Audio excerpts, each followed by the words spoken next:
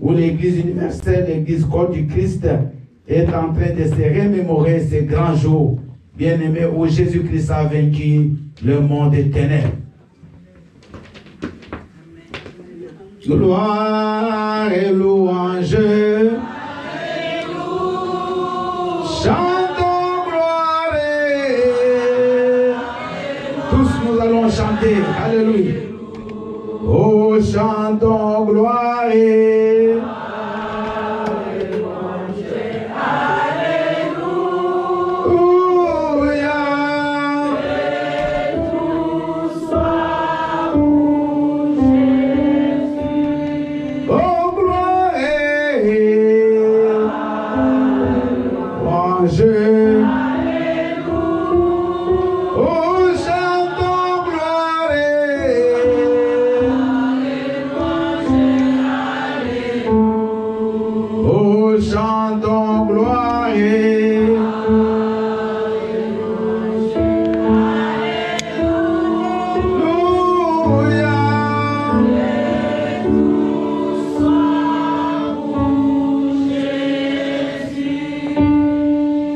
Jésus-Christ est Seigneur.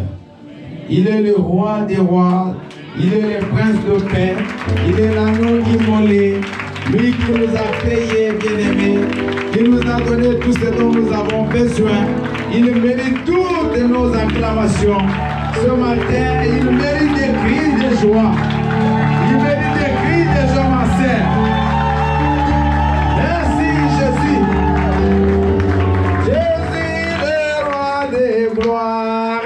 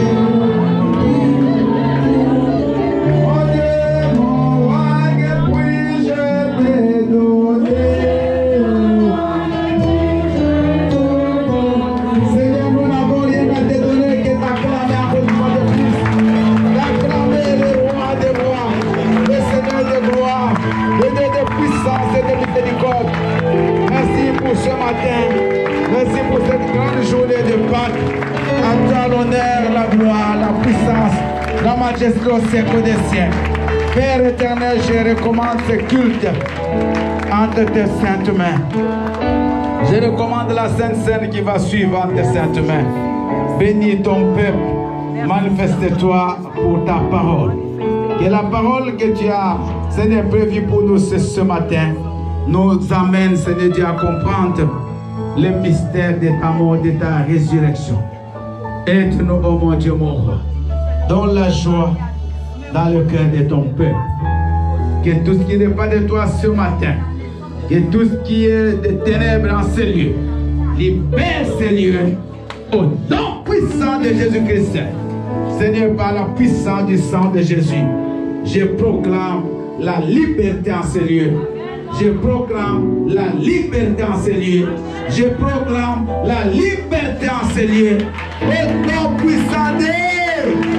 Acclame très très fort Jésus-Christ. Alléluia. Il est vivant. Je vous prie de vous asseoir.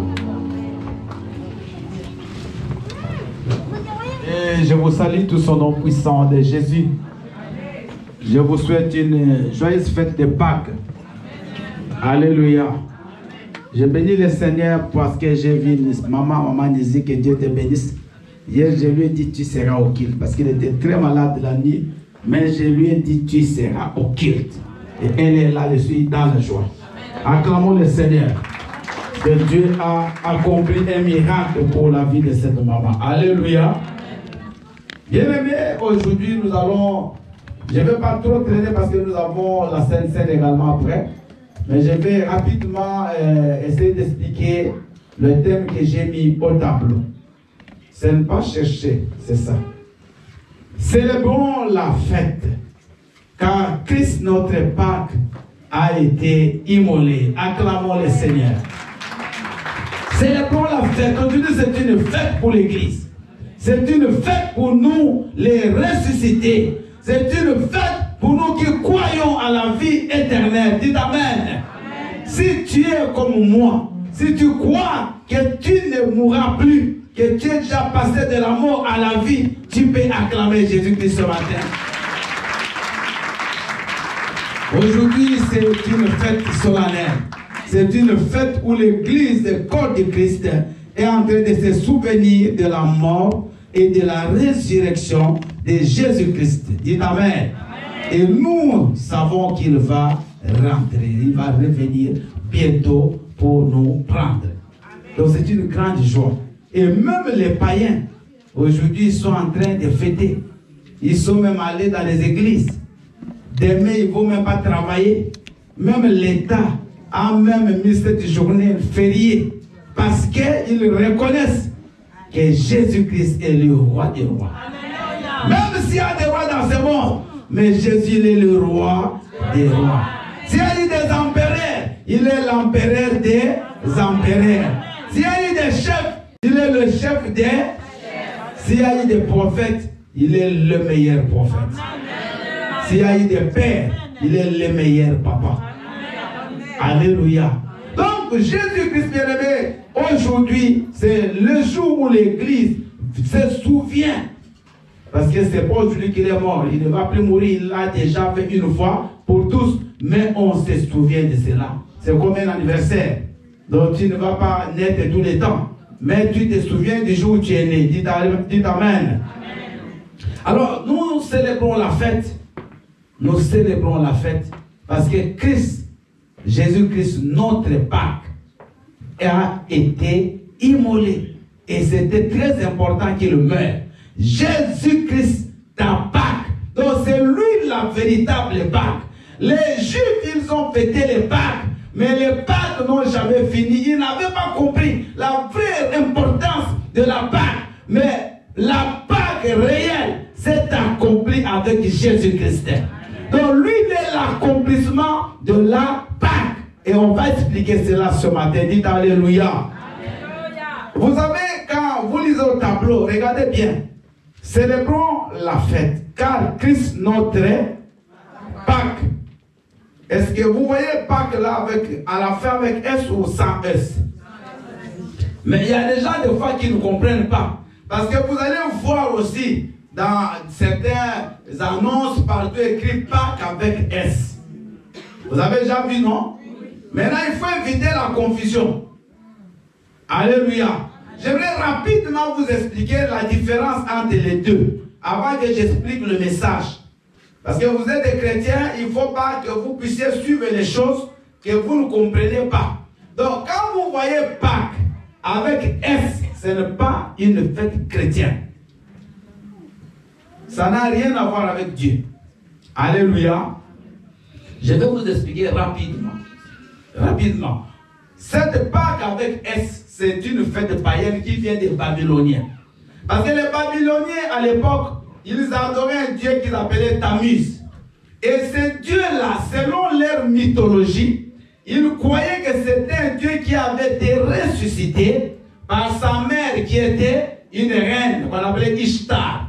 Et cette résurrection-là, c'est ça selon eux, donc de ce dieu-là, qui avait été ressuscité par sa mère qui était également sa femme, Ishtar. Donc c'était là qu'est venue la résurrection et qu'ils ont donné le nom de la Pâque. Mais qu'est-ce qui s'est fait à la suite? Donc les Babyloniens, ils adoraient Ishtar, qui était une déesse de la fertilité, et selon eux qui était la mère de ce dieu, un petit dieu, hein? Petit dieu, pas avec grand D. Amen. Tammuz. Et ce dieu-là, Ishtar, c'est le nom qui est parti après, ça a été modifié par Astarté, quand vous voyez la reine Astarté, hein, il y a aussi Adonis, par papa Adonis là. Adonis aussi a un nom, Adonis qui était un dieu, un petit dieu. Donc, tous ces divinités-là étaient adorées par les Babyloniens. Alors, à l'an 306, après Jésus-Christ, l'empereur romain que beaucoup de gens connaissent, Constantin, il aurait eu une vision où il a rencontré Dieu. Et plus tard, il s'est converti au catholicisme. Plus tard, en l'an 325, il a organisé un grand concile. Hein, beaucoup de gens qui font l'étude biblique connaissent le concile de Nicée. Et c'est lors de ce concile-là, où beaucoup de savants, beaucoup de théologiens étaient ensemble, qu'ils ont donné les noms à partir des divinités babyloniennes. Parce que le roi, l'empereur Constantin avant, c'est quelqu'un qui adorait beaucoup de dieux. Et il s'est basé sur cela. Ils ont changé le nom de Pâques. C'est quoi ça? Alléluia. Ce micro, il est très sensible. Ils ont changé maintenant le nom de Pâques. Sans eux, ils ont ajouté Pâques avec S.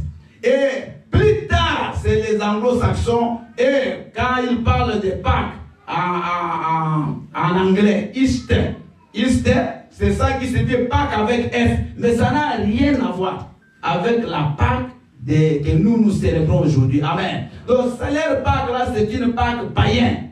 Ce sont des fêtes qui viennent des divinités.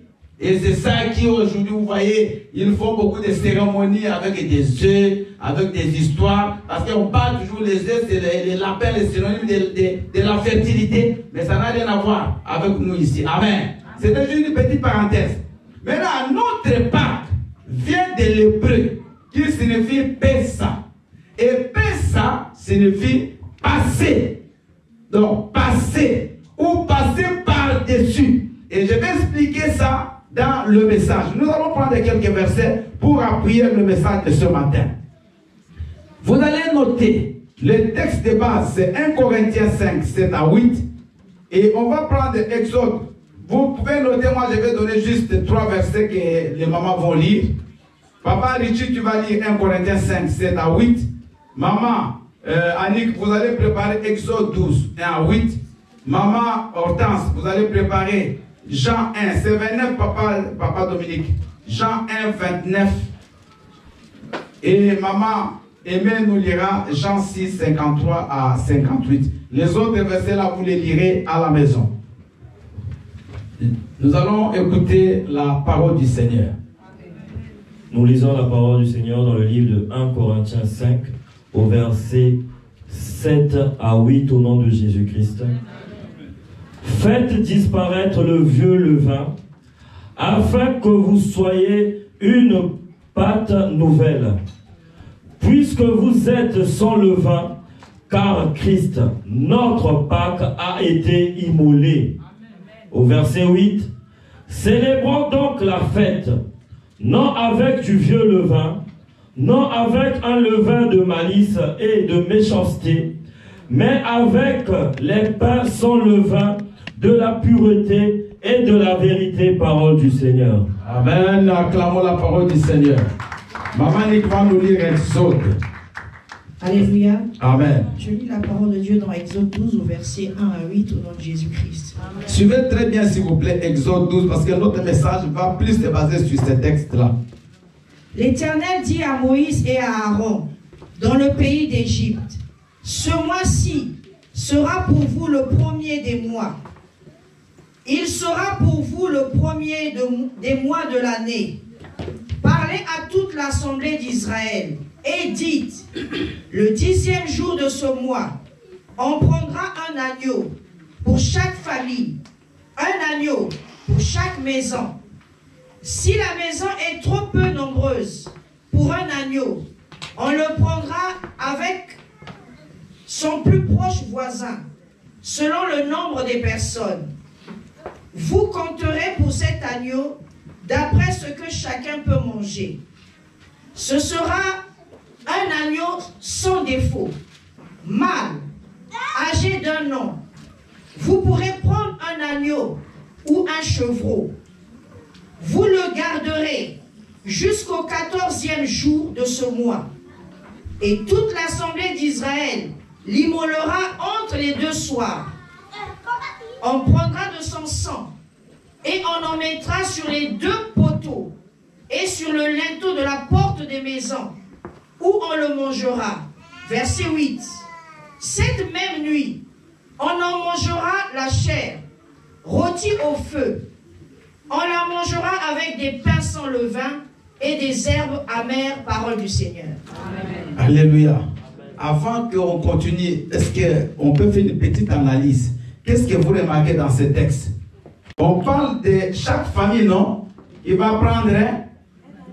Mais dans les narratifs, quand vous suivez comment l'auteur parle, on parle seulement d'un agneau. Alléluia. On dit on le mangera. On ne dit pas on les mangera. Vous ne savez pas si vous comprenez. Chaque famille prend un agneau. Mais dans le texte, quand on explique, on dit on le mangera. On parle d'un seul agneau. On va expliquer ça. On va aller à la dernière lecture.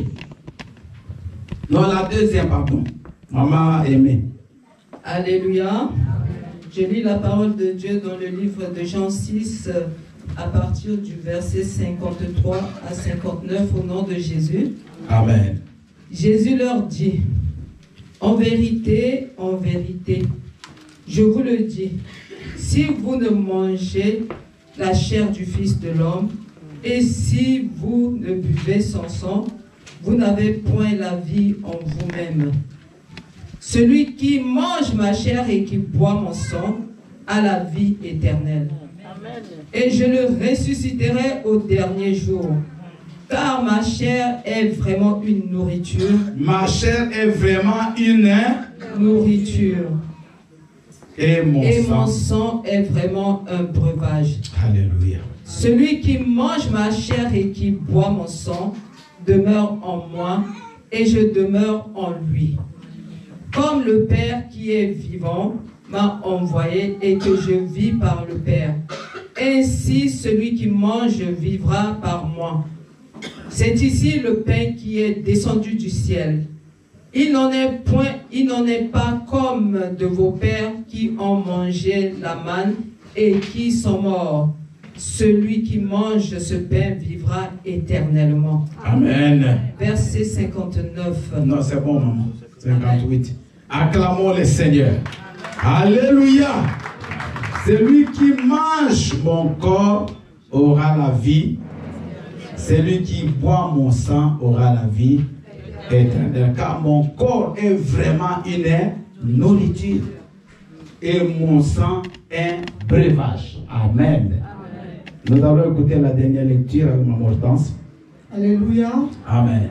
Je lis Jean 1, verset 29 au nom de Jésus. Le lendemain, il vit Jésus venant à lui et il dit, voici l'agneau de Dieu qui ôte le péché du monde. Parole du Seigneur. Alléluia. C'est Jean-Baptiste. Il voit Jésus qui vient et il dit, voici l'agneau. Il ne l'appelle pas voici Jésus, voici cet homme, il dit voici l'agneau de Dieu. Mais qui fait quoi? Qui ôte le péché. Acclamons la parole du Seigneur. J'aimerais rapidement vous expliquer l'origine de la Pâque. Les enfants d'Israël, ils vont passer 430 ans en Égypte. Et pendant ces années, c'était des années de souffrance, vous n'avez aucune idée. C'était des années d'esclavagisme. Parce que depuis que Joseph est mort, le peuple ou le pharaon qui a succédé, celui qui était avec Joseph, il n'a pas connu Joseph, il n'a pas connu l'histoire des enfants d'Israël, comment ils sont venus jusqu'en Égypte. Et il a commencé à les maltraiter. Il a fait de ces peuples des esclaves. Un esclave, c'est quelqu'un qui n'a aucun droit. Un esclave, c'est quelqu'un qui n'a pas de liberté. Un esclave, bien aimé, on ne lui dit jamais merci. Un esclave peut travailler du matin jusqu'au soir. Il n'a pas le droit de repos. Et bien aimé, les enfants d'Israël, ils ont souffert. Quand vous regardez dans l'histoire égyptienne, vous allez comprendre. Vous voyez des pyramides, vous voyez beaucoup d'histoires, des monuments anciens. Les enfants d'Israël ont contribué pour qu'on puisse construire ces pyramides-là. Regardez comment c'est très grand. Ils ont souffert, bien aimés. Et pendant tout ce temps, ils crient à l'Éternel. Mais c'est comme si Dieu était resté muet. C'est comme Dieu n'écoutait pas les prières. Ils ont continué à prier. Ils ont continué à prier. Et Dieu, un jour, il va se manifester chez Moïse. Quand Moïse va fuir, après avoir tué quelqu'un, un Égyptien, il va fuir dans le désert. Il va rester là-bas pendant 40 ans. 40 ans après, Moïse a 80 ans. Dieu apparaît dans un buisson. Un buisson, dans la Bible dit, c'était un buisson, un grand feu qui brûlait, mais les feuilles ne se consumaient pas, l'arbre ne se consumait pas. Regardez un peu, un arbre qui brille, mais les feuilles et l'arbre ne se consument pas. Alléluia. C'était une explication, c'était un mystère. Cela signifiait quoi? Dieu voulait déjà à travers cette vision parler à Moïse que les enfants d'Israël qui étaient symbolisés par cet arbre et les feuilles étaient dans un temps, dans un pays où ils étaient en train de souffrir. C'était le feu, la souffrance. Mais ils ne consommaient pas. Parce que ces peuples-là, malgré tous ces temps de souffrance, ils devenaient toujours plus nombreux, toujours plus forts. C'est-à-dire que même la souffrance ne pouvait jamais, bien aimé, mater les enfants d'Israël. C'est pour ça que la Bible dit dans le livre d'Ésaïe que même si tu traverses le feu, même si tu traverses les eaux, tu ne seras jamais submergé. Je voudrais te dire ce matin, ma soeur, mon frère, que même si tu passes dans les épreuves ne prendront pas le dessus sur ta vie. Donc vous n'avez pas bien écouté. Même si tu traverses le fleuve, même si tu traverses le feu, cela ne te submergera jamais. C'est-à-dire que ça ne te dominera pas. Parce que le peuple de Dieu en Égypte, bien aimé, 430 ans de souffrance, mais ils sont sortis forts. C'est ça l'image du buisson ardent. Et Dieu va dire à Moïse de retourner en Égypte pour faire sortir son peuple. Et il va commencer bien à envoyer des fléaux. Il va envoyer pratiquement 10 fléaux. Mais pourquoi 10? Parce que l'Égypte était un pays polythéiste, c'est-à-dire c'était un pays qui adorait beaucoup de dieux. Mais il y avait 10 principaux dieux que l'Égypte adorait. Donc à chaque dieu, Dieu a envoyé un fléau pour détruire ces dieux-là. Et nous sommes maintenant au 10e fléau. Alléluia. Amen. Malgré tout ça, Pharaon était toujours incrédule. Il refusait de libérer les enfants d'Israël. Bien aimé, aujourd'hui, le monde est ténèbres. Ce n'est pas parce que tu as une victoire aujourd'hui, tu vas commencer à dormir. Parce que c'est ça qui me fait des fois mal pour vous. Je vous dis, frère, Quand vous avez une petite bénédiction, vous fuyez l'église, vous ne priez plus, vous croyez que vous avez tout eu. Pharaon, la première fois l'a battu, mais il n'a pas laissé. Deuxième fois, il était toujours là. Troisième fois, le diable ne te laissera jamais. Mais il ne te vaincra pas. Amen. Si toi tu es debout. C'est-à-dire qu'à chaque niveau de ta bénédiction, il y aura toujours un autre combat qui viendra. Est-ce que vous m'avez compris? Amen. Mais aujourd'hui, tu as eu le petit titre de séjour, tu crois que c'est tout? Bien aimé, tu te trompes. Parce que le titre de séjour, il y a certains qui disent qu'on les a confisqués. Moi-même, un abo me l'avait pris. Ça ne te donne pas la garantie. Ce n'est pas parce que tu es marié que tout est fini. Ce n'est pas parce que tu as des enfants que tout est fini. Le diable va continuer à te chercher. Il y a des gens que vous voyez aujourd'hui, ils étaient mariés avant toi. Toi, tu t'es marié il y a 2 jours, mais lui s'est marié il y a 30 ans. Aujourd'hui, il n'est plus dans le mariage. Alléluia. Donc, ce n'est pas des bénédictions qui vont faire que tu abandonnes le chemin de l'éternel, que tu abandonnes la vie de prière. Au contraire, il faut que tu te donnes à fond. Alors ici, bien aimé, nous sommes au 10e fléau, à la 10e plaie. Mais pourquoi la 10e plaie est spéciale? Parce qu'en Égypte, ils adoraient un dieu qu'ils appelaient Ra-Amon. Et ce dieu-là, Ra-Amon, c'est en deux, Ra-Amon. Ce dieu-là, c'était un dieu qui, chez eux, c'était le plus grand dieu. C'était le maître de l'univers. Donc, quand on parlait de ce dieu, c'était le plus grand de tous les dieux égyptiens. Alléluia. Et Dieu maintenant, pour montrer aux Égyptiens qu'il n'est au-dessus de tous les dieux, il va envoyer, bien aimé, la Pâque. Et je vais vous expliquer ça. Il va dire à Moïse, fais une assemblée solennelle, explique aux enfants d'Israël que chaque famille doit prendre un agneau. Alléluia. Un agneau, on va les garder pendant 14 jours. Il faut qu'on les surveille. Mais pourquoi garder les agneaux, cet agneau pendant 14 jours? Ça signifiait j'ai qu'au tableau. Donc, cet agneau-là, pendant 14 jours, on l'observait pour voir qu'il ne présentait pas de maladie, qu'il ne présentait aucun défaut. Parce que l'agneau qu'on devait immoler devait être sans défaut. Alléluia. Et vous avez vu Jésus quand on l'arrête, on l'amène chez Caïphe, on l'amène chez Anne, on l'amène chez Pilate. C'était comme un tour aussi qu'on faisait à l'agneau chez les enfants d'Israël pour bien l'observer. Parce qu'il ne fallait pas que Jésus puisse avoir un défaut. Il ne fallait pas que cet agneau puisse avoir un défaut. Et on devait les garder pendant 14 jours. Et après 14 jours, on devait l'immoler. Maintenant, quand on devait l'immoler, on devait les tuer. Or, Jésus-Christ est le premier-né d'entre les hommes. Dites Amen. Jésus-Christ est le maître de l'univers. Donc, pour que notre maître de l'univers puisse être vaincu, il fallait que le premier maître de l'univers lui puisse mourir. Parce que la Bible dit dans Jean que si le grain de blé ne meurt pas, il n'y a pas de multiplication. S'il n'y a pas de mort, il n'y a pas de vie. Donc, il fallait que Jésus meure. Alléluia. Et par sa mort, le sang qui allait couler, c'est ça là qu'on devait mettre sur des linteaux.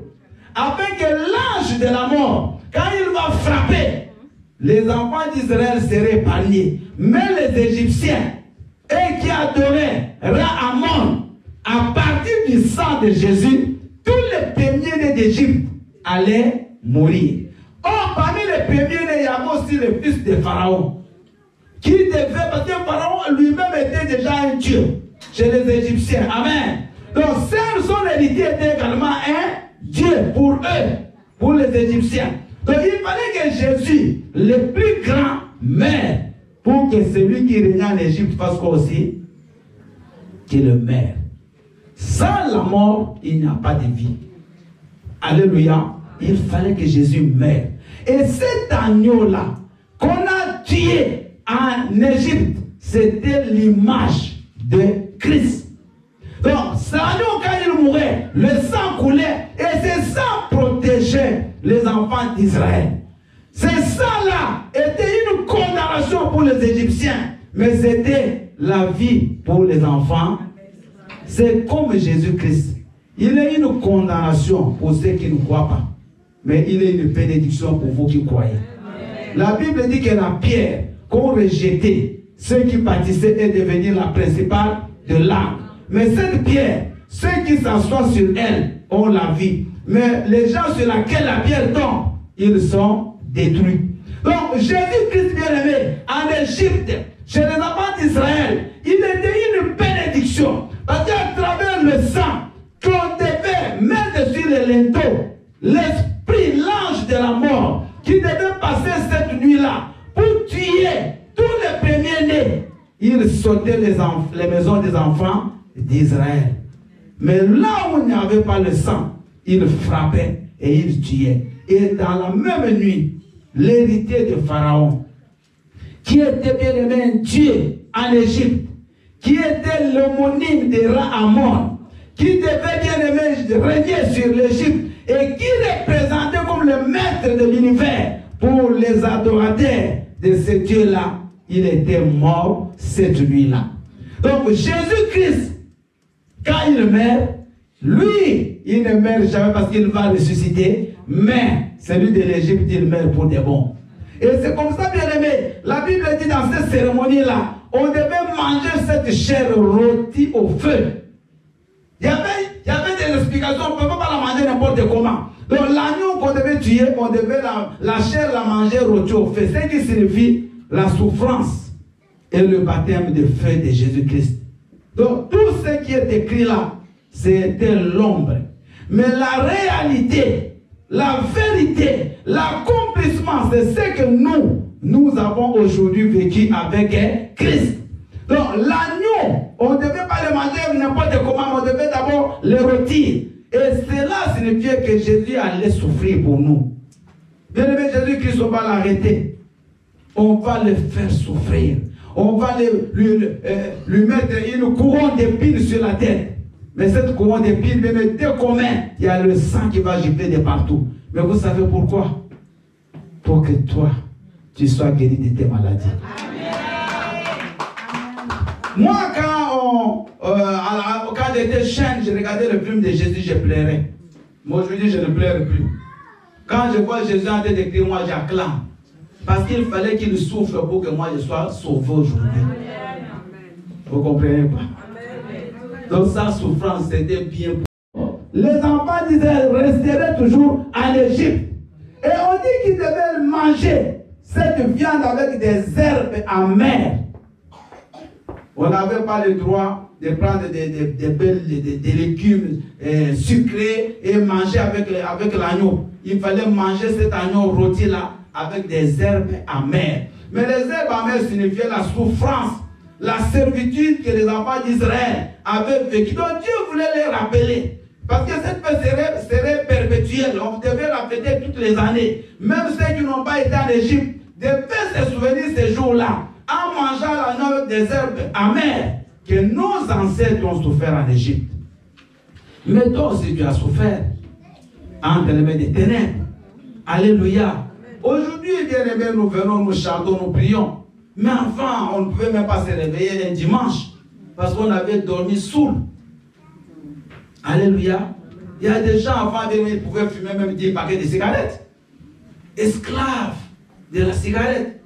Il y a des gens devant la boisson, il est prêt avant de même sa chemise. Ils étaient prêts.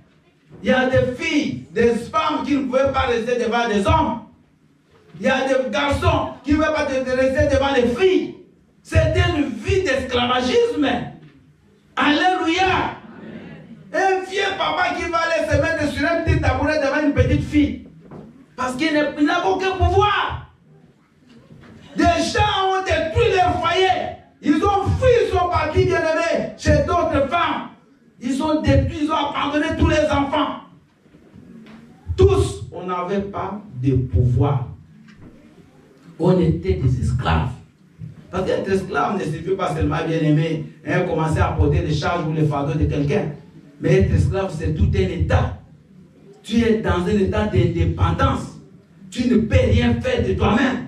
Tu n'as aucun pouvoir. Tu ne peux pas décider. tu ne peux pas dire non. Et Israël a été dans cette condition 430 ans. Bien aimé, réfléchissez, 430 ans, 4 siècles, le peuple était dans la souffrance. Mais ces jours-là, quand ils préparaient la Pâque, ils mangeaient la viande avec des herbes, ils se souvenaient qu'ils ont été également esclaves en Égypte. Mais nous devons, c'est comme ça que je vous dis, il ne faut jamais oublier vos origines. Amen. Si Dieu te bénit, n'oublie pas d'où tu viens. Amen. La Bible parle de la reine Esther. On dit que la reine Esther n'avait pas oublié ses origines. Combien parmi nous on oublie? Depuis que tu es venu en Europe, tu oublies que tu viens de l'Afrique. Même quand tu parles ton français là, tu te moques de ceux qui parlent français encore de l'Afrique. Alléluia. Amen. Quand quelqu'un vient d'arriver de l'Afrique, tu le regardes comme si il est venu te compliquer la vie. C'est comme si tu ne veux même plus que les gens viennent encore. Mais toi, tu viens d'où? Même si tu as fait 100 ans ici, tu viens tout de quelque part. N'oublie pas. Et depuis que tu crois que ta famille là, tu ne penses même pas même à prier pour eux. Mais tu as le souci des gens là-bas qui souffrent. Tes origines. Parce qu'un jour ça peut te rattraper. Alléluia. Israël, Dieu voulait qu'ils comprennent d'où ils venaient. Mais nous on oublie. On oublie tout. On croit qu'on devient des Européens. Même si tu es français de papier. Mais tu es toujours origine de là où tu viens. Alléluia. Et ils devaient manger cette viande avec du pain sans levain. Le levain signifie le péché. Quand vous voyez dans la Bible, on parle plus de levain. Pour ça, chez les enfants d'Israël, pendant la Pâque, la préparation de la Pâque interdit. On ne mettait pas le levain dans leur pain. On ne devait même pas toucher du levain. Parce qu'il y avait une loi. Pendant qu'on prépare la Pâque, si tu touches du levain, on te tue. Le levain, c'est le symbole du péché. Le levain, quand on le met même peu dans la pâte, ça gonflait. Bien aimé, le péché, c'est comme un virus. Dites Amen. Amen. Regardez-moi tous. Le péché, c'est comme un virus. Vous voyez le virus du sida? On ne les voit pas. Les virus, personne ne peut les voir. À part dans des microscopes. N'est-ce pas? Moi, j'ai fait des laboratoires une année à l'université. Il faut des microscopes électroniques très puissants pour voir les virus, même les bactéries. Même toutes ces petites choses-là. Mais trop petit, mais quand ça entre dans ton corps, les dégâts que ça va faire, vous n'avez aucune idée. Alléluia. De voir quelqu'un qui pesait 100 kilos, à la fin, il va peser 20. Le virus, il entre sans qu'on le voit, mais il détruit sans que vous le voyez. Petit à petit. Et le levain, c'est le synonyme du péché. Le péché, quand ça vient dans la vie d'une personne, ça entre des fois sournoisement. Tu n'as aucune idée comment c'est entré. Mais si tu ne fais pas attention, ça s'assoit dans ta vie jusqu'à te détruire totalement. Écoutez-moi, le péché détruit. Le péché ne bénit jamais. Tu peux être dans la joie pour le péché, mais ce sera pour un temps. Alléluia. Jamais le péché va te donner la vie éternelle. Et même si sur la terre tu peux gagner, mais au ciel tu n'iras pas. C'est comme ça, bien aimé, le pain. On devait le manger sans le vin. Vous voyez le pain que beaucoup on fabrique là. Par exemple, ce que nous allons prendre à la Sainte-Seine, c'est sans le vin. Donc, c'est symbolique. Le levain, c'est le symbole du péché.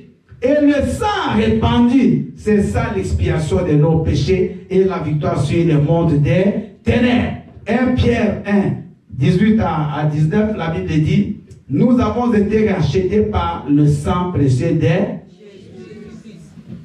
Donc ici, bien aimé, ça c'est la Pâque chez les enfants d'Israël. Alors ça signifie quoi? La Pâque signifiait la sortie de l'Égypte vers la terre promise. Donc, la sortie de l'état d'esclave vers l'état d'homme libre. Donc ce passage-là, c'est ça la Pâque. Mais nous remarquons que chaque année, ils faisaient toujours la Pâque, mais ils étaient toujours dans un état de mal, dans un état de péché. Alléluia. Et ici, nous avons aujourd'hui, bien aimé, Paul l'explique, que nous devons célébrer la fête. Parce que Christ, notre Pâque, a été immolé. Maintenant, qu'est-ce qui se passe dans la vie réelle pour nous les chrétiens? Christ, bien aimé, il est venu parce que le monde ne pouvait jamais être sauvé.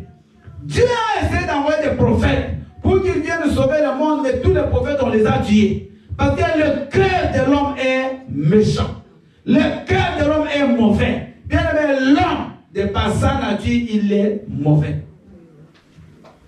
Dieu a tout fait pour sauver l'homme. Même Noé, à l'époque de Dieu, Dieu a dit, je regrette même d'avoir créé l'homme. Vous savez que Dieu a regretté de nous avoir créé.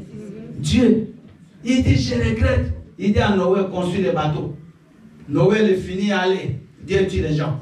Il envoie l'eau. Les gens se multiplient. Ils ne veulent pas. Pouf! Il va encore faire la vie de Babel. Alléluia. Alléluia. Et vous savez qui a fait ça? Nimrod. Nimrod, bien aimé, signifie rebelle. Donc la personne qui a rebâti cette vie signifie rebelle. Alléluia. Donc les gens se sont encore rebellés. Bien aimé, péché sur péché, Dieu va tuer des gens à maintes reprises, mais le mal est toujours là. Les hommes vont faire aussi par leur effort pour plaire à Dieu, mais c'est possible. La Bible dit que la chair ne peut pas obéir à Dieu. Elle en est incapable. Bien, mais regardez un homme comme l'apôtre Paul, qui a vu des choses que l'homme n'a jamais vues. Mais l'apôtre Paul en prison à Rome, il est prêt de mourir. Il est à la fin de sa vie. Mais il va écrire dans le livre des Romains, il dit misérable que je suis. Parce que le bien que je veux faire, je ne le veux pas. Mais le mal que moi je hais, c'est ce que je fais. Qui me délivrera? Même Paul, à la fin de sa vie, il crie. Mais il va dire à la fin, gloire soit rendue au Seigneur Jésus-Christ. Donc seul lui pouvait nous délivrer de cet état. Mais pour qu'il nous délivre, il fallait que lui aussi prenne notre état à nous. Donc dans la Bible, il est descendu. Il a pris la condition de l'homme. Mais pas n'importe quel homme, mais des serviteurs. Alléluia. D'esclaves. Et il est devenu péché pour nous. Dans les jours là, on l'a arrêté. Nous avons vu ici, jeudi saint, vendredi saint, les gens qui avaient des rameaux, les gens faisaient des cérémonies. Mais bien aimé, la réalité, c'est ce qu'il lui-même a fait. Il a porté la croix. Mais tout ce qu'il faisait, c'était pour nous. Parce que nous, on ne pouvait pas porter la croix. Nous, on ne pouvait pas subir cette humiliation. Parce que l'homme, à un moment donné, tu peux te fâcher. Tu dis non, non, c'est fini là. Mais lui, il a accepté. On l'a flagellé. On lui a donné des coups. Et la Bible dit, par ces meurtrissures, nous sommes guéris. Vous pouvez aller méditer Ésaïe 53, c'est très profond. Par le meurtrissure de Jésus, nous sommes guéris. Donc les blessures là, les coups là qu'on lui donnait, c'était des maladies qu'il portait sur ses plaies. Acclame le Seigneur. Il a porté la couronne d'épines pour que tu n'aies plus les maladies de la tête. Tu n'aies plus les troubles. On lui a brisé, bien aimé, les côtes. On lui a tapé la partie avec des plaies pour que chaque partie de ton corps où lui était blessé, toi, tu sois guéri. Amen. Il a, bien aimé, fait couler son sang pour que tu ne souffres pas d'anémie. Pour que toi, on ne te mette plus du sang chaque jour. Parce que lui, il a perdu son sang pour que toi, tu en aies. Et la Bible dit, il s'est fait pauvre afin que par sa pauvreté, nous nous enrichissions. Alléluia. Donc il a tout refusé. On a même confisqué son habit, le mort là était presque pendu nu. Pour que toi, tu ne souffres plus d'habit. Pour que toi, tu aies quelque chose pour te couvrir. Donc il a pris ta place. Il a pris ta place. C'est toi qui devais être là. C'est nous, maman. Lui n'a rien fait. C'est comme ça que quand Jean-Baptiste voit Jésus, dans Jean 1, il va dire quoi? Voici. Et voici l'agneau. Vous voyez l'agneau qu'on a immolé dans l'Ancien Testament.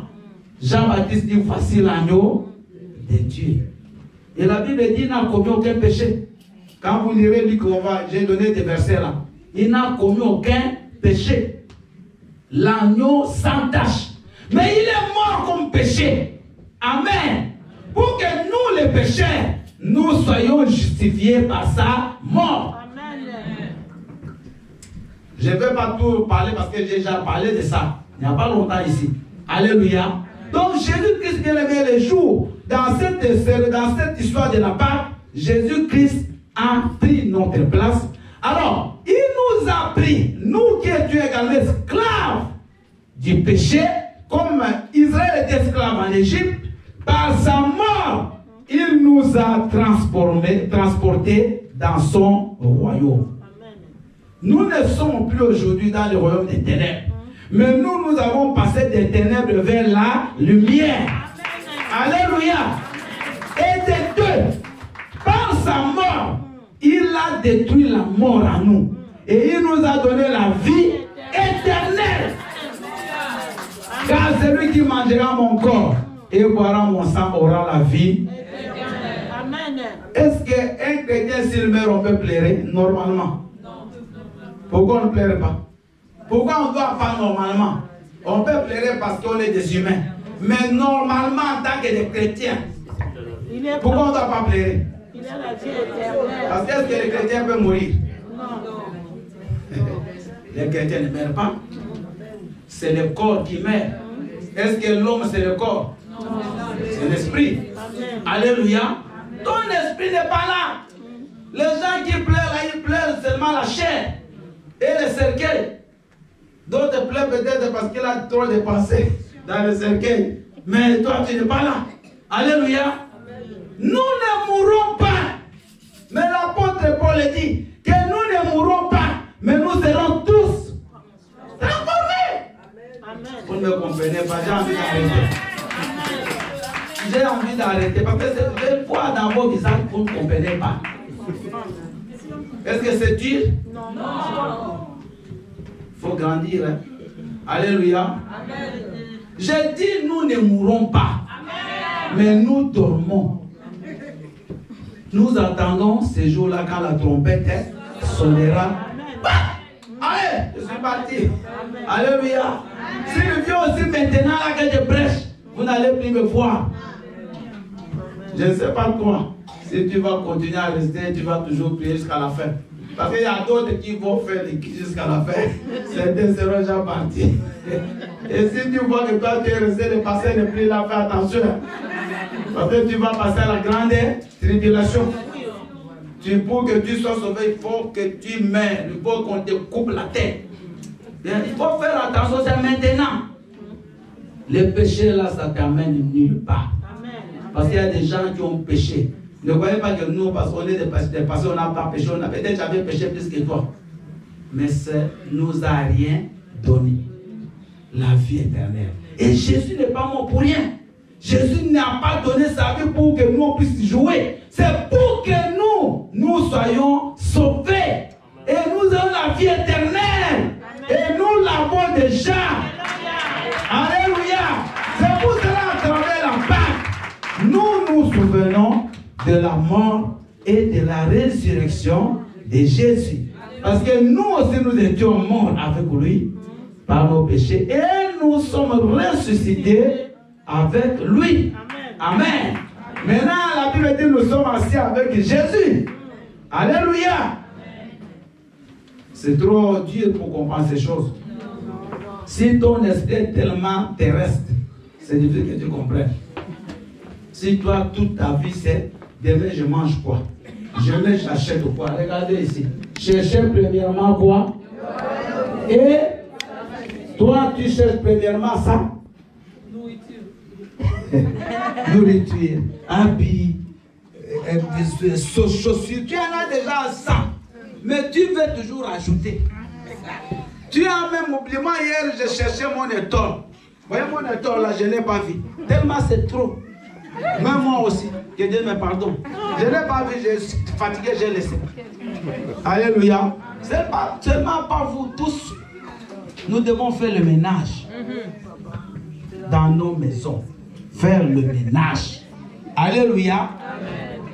C'est très important, bien aimé, qu'on cherche d'abord les royaumes des cieux. Parce que nous sommes du ciel. Amen. On est des passagers sur cette terre. Alléluia. Amen. Alors, bien aimé, la Pâque, c'est ta mort à toi et ta résurrection. Aujourd'hui, nous fêtons cette fête-là, pas comme les enfants disaient l'ont fêté. Nous, on la fête d'une façon exceptionnelle. Parce que nous sommes déjà sauvés. Nous avons déjà la vie éternelle. Je le supplie, pécheur, je le supplie, esclave, je suis libre. Il y a une chanson, on chante comment? Je ne supplie lié, je ne supplie lié. C'est ça, hein? Est-ce qu'on peut chanter? Chantons tous comme ça. Satan prend tes affaires. Que le Seigneur a tout à l'offrir. Oh, je ne supplie lié. Je ne supplie lié. Je ne supplie esclavé. Je ne supplie esclavé. Satan prend tes histoires.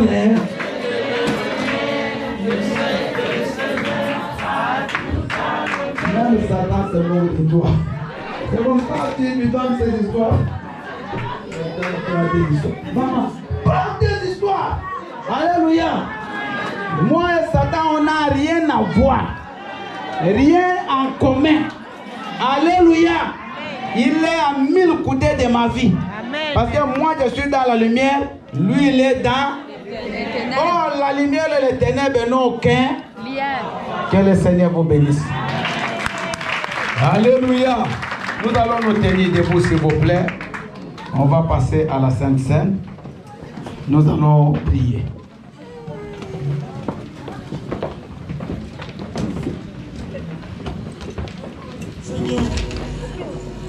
Mon âme bénit le Seigneur et mon esprit magnifie son nom.